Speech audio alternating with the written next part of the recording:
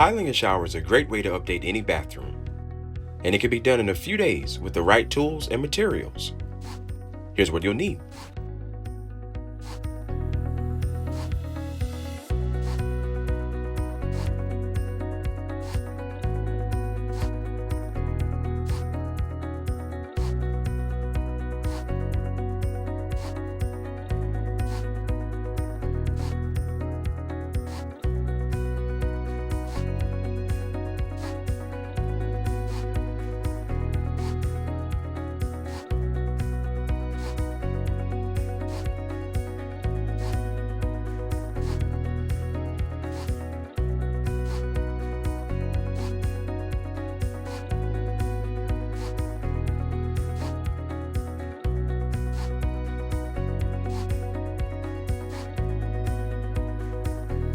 When starting any project, you need to prep the area by removing all hardware.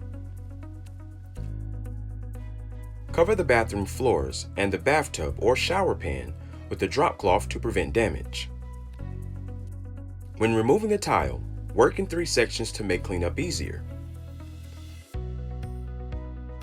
Use a hammer and a pry bar to chip out the tile. Next, remove the backer board by using a pry bar. Throw away the old tile and drywall and clean up dust and debris before moving on. Waterproofing your shower starts with plastic sheeting. Staple a 4mm plastic vapor barrier right to the wall studs to cover the shower walls. When installing the cement backer board, beginning with the long wall of the shower, pre-measure your walls and mark your panels for an exact fit. Then make sure the thickness is the same as the bathroom drywall for a smooth transition. Attach each panel to the studs with 1 1/4 inch backer board screws. Leave a 1/8 inch gap between each of the panels and seal the gaps with silicone tile caulk.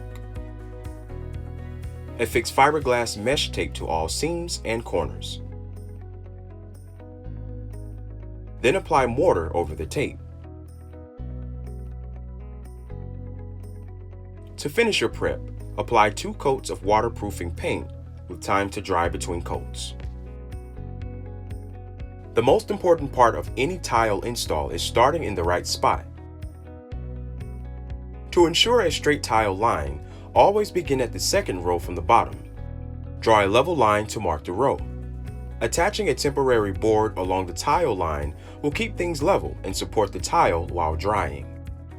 Starting with the tile in the center, dry lay your tile across the board. Then shift the row as needed to prevent cutting small tiles at the end of the rows.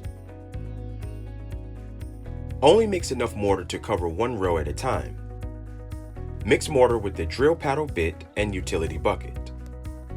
Wait approximately 7 minutes to set the mortar and then mix again until the consistency is that of peanut butter. To apply your tile, run a damp sponge over the backer board. With the flat side of the trowel, spread mortar across the second tile row. Flip the trowel over to the notched side and rake across the mortar in one direction. Press the center tile into the mortar and wiggle it gently into place. Then work outward. Continue adding mortar and tiles until the row is complete. Allow the first row to dry overnight.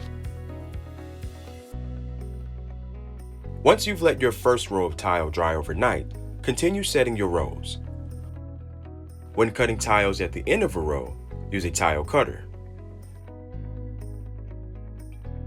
For exposed edges, use trim or bullnose tile pieces. After all your rows are finished, remove the support board from the bottom row.